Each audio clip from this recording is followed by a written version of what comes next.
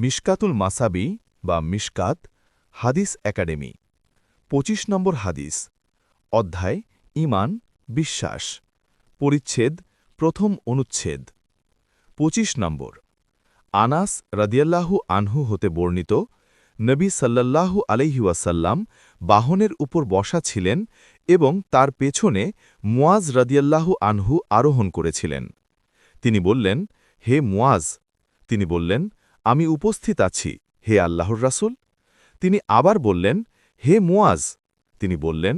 হে আল্লাহর রাসূল আমি উপস্থিত আছি তৃতীয়বার আবার তিনি বললেন হে মুয়াজ তিনি বললেন আমি উপস্থিত আছি এভাবে মুয়াজকে ৩ বার ডাকলেন এবং মুয়াজ ৩ বারই তার উত্তর দিলেন অতঃপর তিনি বললেন আল্লাহর যে বান্দা খাঁটি মনে এ ঘোষণা দিবে আল্লাহ ছাড়া প্রকৃত কোনো ইলাহ নেই আর মুহাম্মদ সাল্লাল্লাহু আলাইহি ওয়াসাল্লাম আল্লাহর রাসূল আল্লাহ তার ওপর জাহান্নাম হারাম করে দিবেন তখন মুয়াজ রাদিয়াল্লাহু আনহু বললেন হে আল্লাহর রাসূল এ সুসংবাদটি কি আমি লোকেদেরকে জানিয়ে দিব তারা যাতে এ খোশখবরই শুনলে খুশি হয় তিনি বললেন না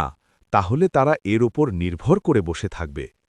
আনাস রাদিয়াল্লাহু আনহু বলেন মুয়াজ রাদিয়াল্লাহু আনহু শুধুমাত্র হাদিস গোপন করার অপরাধে অপরাধী হওয়ার ভয়েই মৃত্যুকালে এই হাদিসটি প্রকাশ করে গিয়েছেন